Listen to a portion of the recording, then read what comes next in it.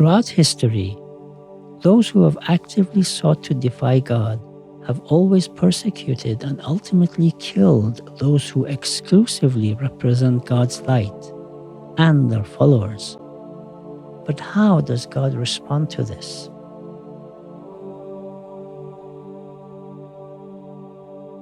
Hello and welcome to this episode of God is in Own Words, where we will try to get better acquainted with God through the Holy Qur'an rather than the words of others.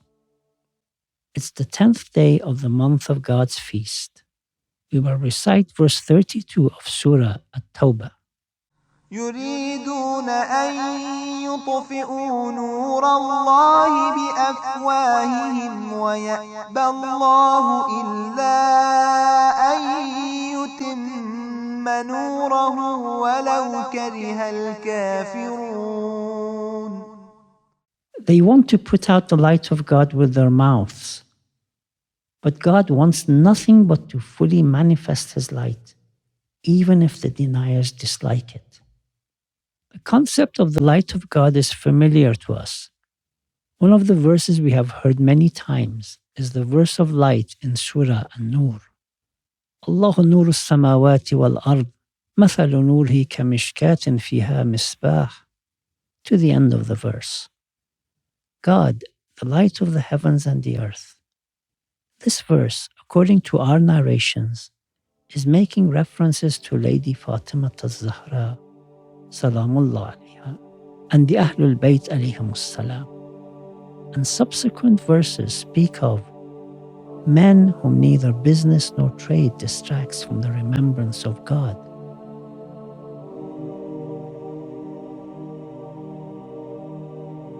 Going back to the verse recited at the beginning, it says, they want to extinguish the light of God.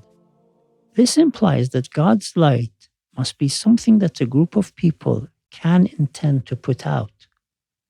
If God's light were merely an abstract, invisible, or inaccessible concept, this statement would make no sense.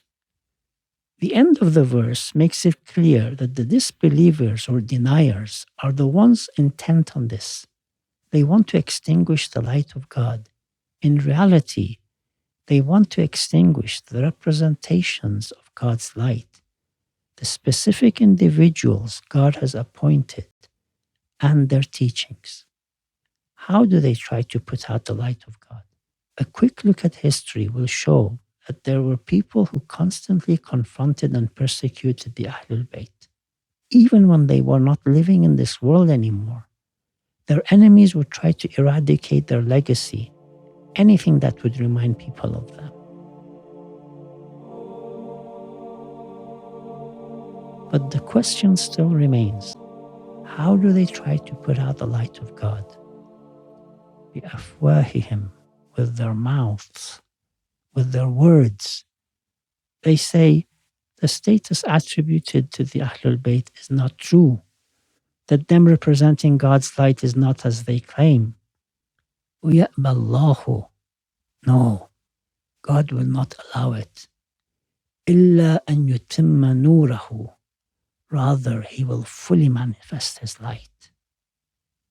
Now you may take this manifestation of light to refer to the reappearance of Imam Mahdi, peace be upon him.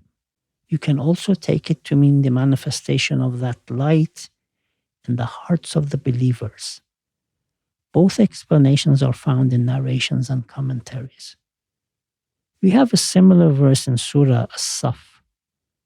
هو الذي أرسل رسوله بالهدى ودين الحق ليظهره على الدين كله ولو كره المشركون.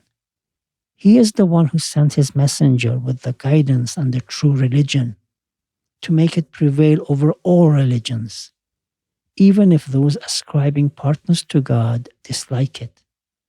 You read history and think that it's all about the triumph of the disbelievers and idolaters, and that they are the ones in control. They oppressed, threatened, killed, and assassinated. But none of this means that things have got out of God's control.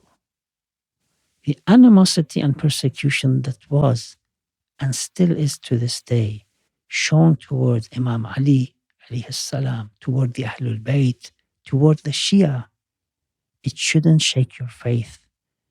No, God firmly declares God will fully manifest His light. Rest assured, God is ever present and in full control. May He reinforce our hearts with His divine guardianship. Tune in next time and join us on our journey towards getting better acquainted with God through His own words.